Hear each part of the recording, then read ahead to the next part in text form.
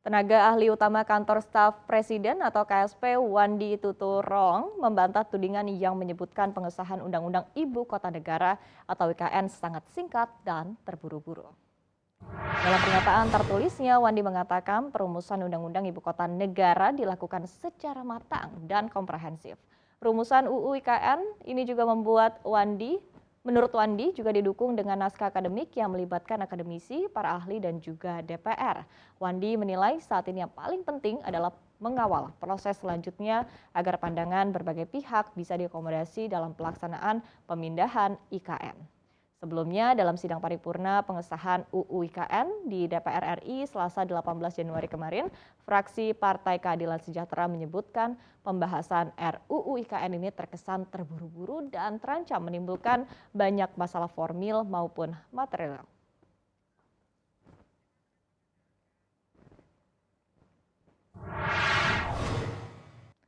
Ya, apakah benar penyusunan Undang-Undang Ibu Kota Negara ini terburu-buru? Serta bagaimana pendanaan proyek Ibu Kota baru ke depannya?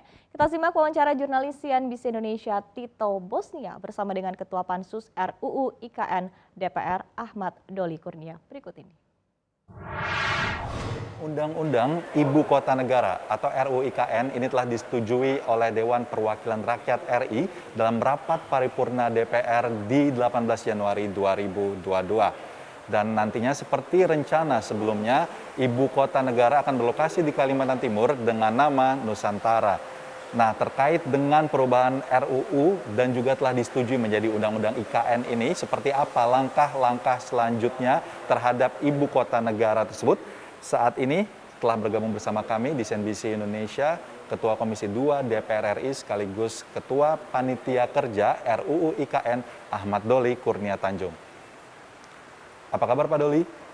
Alhamdulillah baik. Oke Pak, ini terkait dengan Undang-Undang IKN. Karena dari RUU ke Undang-Undang ini jaraknya untuk disetujui sekitar 2 hari. Dan banyak pihak yang mengatakan terlalu terburu-buru. Sebenarnya urgensinya itu seperti apa Pak dengan persetujuan Undang-Undang IKN ini? Sebetulnya saya sering mengatakan bahwa pansus ini ya ketika dibentuk itu bekerja dengan konsentrasi yang tinggi. Konsentrasi yang tinggi itu adalah bahwa kita menyadari 2 hal. Pertama, bahwa kami menyadari undang-undang ini memang harus segera, rancangan undang-undangnya harus segera diselesaikan. Kenapa? Karena kami juga berpesan kepada pemerintah sejak awal itu, jangan sampai pelaksanaan program pemindahan ibu kota ini itu terlalu membebani APBN. Yeah. Nah, oleh karena itu kan harus dicari skema pembiayaan yang lain, ya kerjasama dengan pemerintah, dengan swasta, mengundang investor, kemudian ada lembaga-lembaga pembiayaan internasional dan seterusnya gitu. Nah, dari informasi yang kita dapatkan, ya mereka-mereka itu sebetulnya tertarik, ya. Tapi pertanyaannya adalah tentang kepastian hukum soal pemindahan ini. Nah, oleh karena itu kalau kita mau membuka peluang ya agar skema pembiayaan ini mendapatkan bantuan dari berbagai pihak, yang dibutuhkan itu adalah kepastian hukum, gitu loh. Nah, kita kan negara-negara hukum. Setelah Undang-Undang Dasar 45, kalau untuk memperkuat konsensus kita semua ya harus ada undang-undang. Nah, makanya undang-undang ini perlu untuk memang segera kita miliki. Nah, tapi kami juga sadar bahwa dalam menyusun undang-undang itu kan ada aturannya, ada tata tertibnya, ada mekanismenya, ada peraturan perundang yang mengaturnya. Harus memenuhi syarat formil, material, dan seterusnya. Nah, kami pun juga melalui itu, mengindahkan itu. Itu yang saya katakan dengan konsentrasi tinggi. Kami membuat jadwal yang ketat, tapi semua prosedur, mekanisme segala macam, tata tertib itu kami tetap lalui gitu. Nah, itu yang menjadi prinsip-prinsip dasar kami melaksanakan penyelesaian rancangan undang-undang menjadi undang-undang. Ini sebelumnya juga sejalan dengan keterangan dari Menteri Keuangan Sri Mulyani Indrawati yang mengatakan bahwa pembangunan IKN tidak akan mengganggu dari APBN RI sendiri seperti itu. Apakah benar Pak? Dan seperti apa konfirmasinya dengan alokasi pembangunan yang kira-kira 466 triliun seperti itu Pak? Nah, yang harus kita pahami adalah bahwa pemindahan ibu kota ini bukan pekerjaan sekali jadi, ya kan? Dan undang-undang ini adalah tahap yang sangat pertama, ini sangat tahap yang fundamental gitu. Untuk dilanjutkan dengan tahapan-tahapan berikutnya. Nah kalau di dalam undang-undang itu kan kita membagi ada 5 tahap. Ya, proses pemindahan ini 5 tahap sampai tahun 2045. Jadi ini pekerjaan yang cukup besar dan panjang gitu.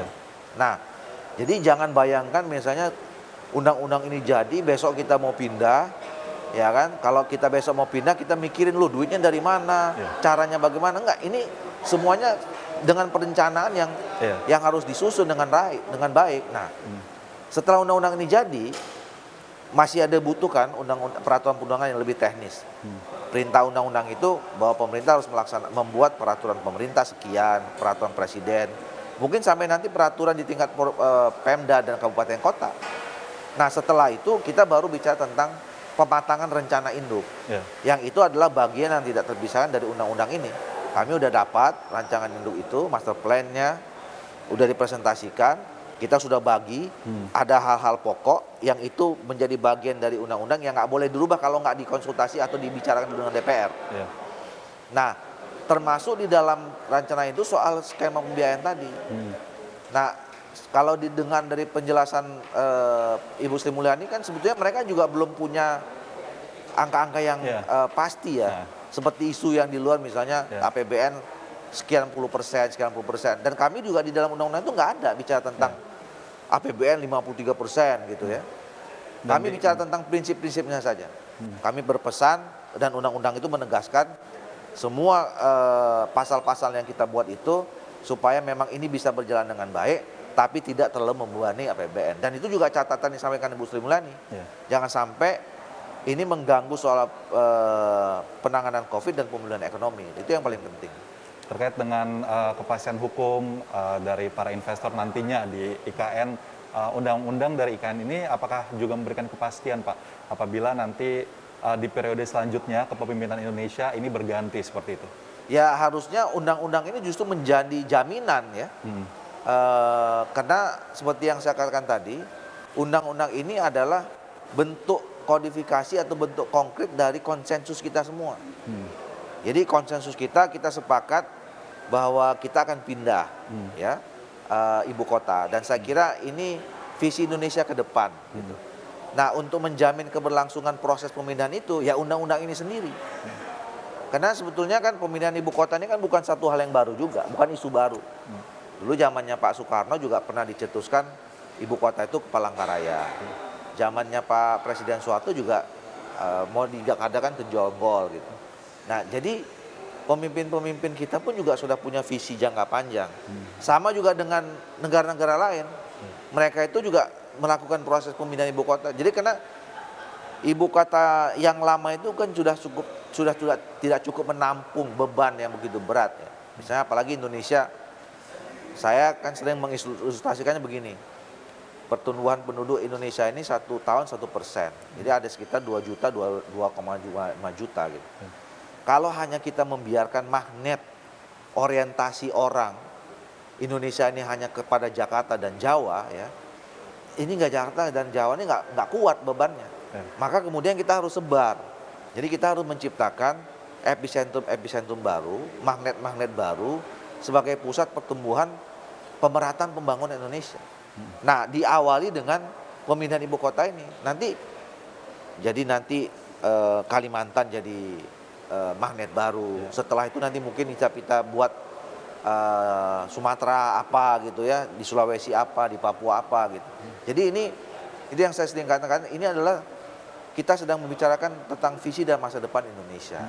Nah, jadi oleh karena itu soal pembiayaan, soal angka, yaitu pemerintah nanti yang melihat ya kira-kira kebutuhannya berapa, sumbernya dari mana, skemanya dari mana, dan segala macam.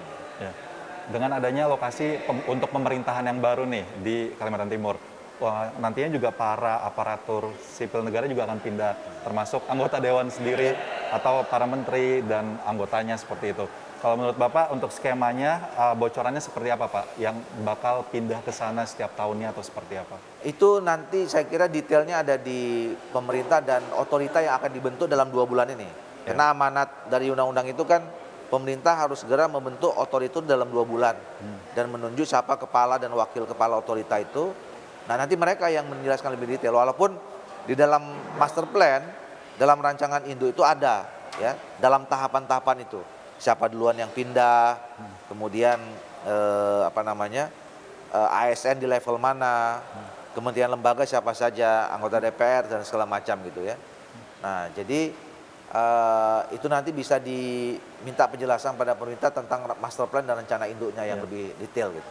Kalau secara personal nih Pak Doli sendiri siap untuk pindah ke IKN? Ya saya kira karena ini konsensus kita bersama semua ya, untuk masa depan Indonesia ya saya kira semua kita harus sepakat dengan itu ya.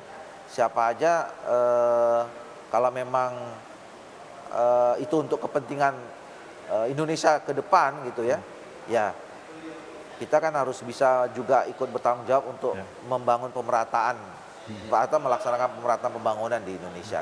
Nah, ini banyak yang menjadi perbincangan publik sebenarnya Pak, terkait dengan status DKI Jakarta. Itu seperti apa jika ada IKN yang namanya nanti Nusantara itu sudah dibentuk? Kami dari awal juga sudah membicarakan itu di Pansus, ya. Karena Jakarta ini kan punya historical yang panjang lah dengan Indonesia. Dia ibu kota sejak pertama kali Indonesia merdeka. Kemudian fasilitasnya juga sudah cukup lengkap, ya. Infrastrukturnya juga sudah cukup kuat, cukup mapan gitu ya. Jadi saya kira memang Jakarta ini harus tetap menjadi daerah khusus, ya. Tapi tentu tidak ibu kota lagi, ya. Karena ibu kotanya sudah pindah ke Nusantara. Jadi kami hampir semua lah bisa dikatakan itu di Pansus itu mendorong supaya tentu kan habis ini harus ada perubahan status Jakarta. Artinya harus ada perubahan undang-undang tentang Jakarta. Yang tadinya undang-undang tentang daerah khusus ibu kota Jakarta, nanti mungkin undang-undang daerah khusus apa gitu ya. Apanya ini kita belum tahu, nanti mungkin dalam pembahasan undang-undang itulah ya. Tapi yang jelas kami tetap mendorong Jakarta harus tetap menjadi daerah khusus. Nanti kita cari kekhususannya apa gitu. Oke, baik. Nah, ini kan untuk status dari IKN sendiri bakal dipimpin oleh kepala otorita IKN gitu Pak. Dan untuk pemilihan kepala otoritas sendiri itu seperti apa modelnya, lalu juga akan dicari yang seperti apa, dan sampai saat ini ada nggak sih Pak bocoran-bocoran terkait calon-calon nama dari kepala IKN dalam tersebut undang-undang ke DPR? IKN ini diatur ya, diatur tentang penetapan kepala dan wakil kepala otorita. Jadi itu sepenuhnya diserahkan kepada atau hak prerogatifnya Presiden di tahun pertama ya. Tapi di periode berikutnya, di periode pertama, di periode berikutnya itu harus berkonsultasi dengan DPR. Ya, jadi yang termaktub dalam undang itu bahwa penetapan atau penunjukan kepala dan wakil kepala otorita itu diserahkan kepada Presiden dan sebelumnya dikonsultasikan kepada DPR. Tapi khusus untuk yang pertama kali, karena kan memang dalam 2 bulan nih harus selesai. Mungkin kan kalau dikonsultasikan dulu kan agak panjang makan waktu ya. Jadi diserahkan sepenuhnya kepada Presiden untuk bisa menetapkan gitu. Jadi itu yang dalam aturan. Jadi soal siapanya saja yaitu Presiden lah yang paling tahu ya siapa orang yang paling tepat, yang representatif bisa mewakili, yang kira-kira pas untuk menerjemahkan visinya Pak Presiden dalam proses pemindahan ibu kota ini. Terima kasih Pak Doli atas waktunya, sukses dan sehat selalu. Demikian wawancara eksklusif kami dengan Ahmad Doli Kurnia Tanjung selaku Ketua Komisi 2 DPR RI dan juga Ketua Pansus RUU IKN. CNBC Indonesia, Beyond Business.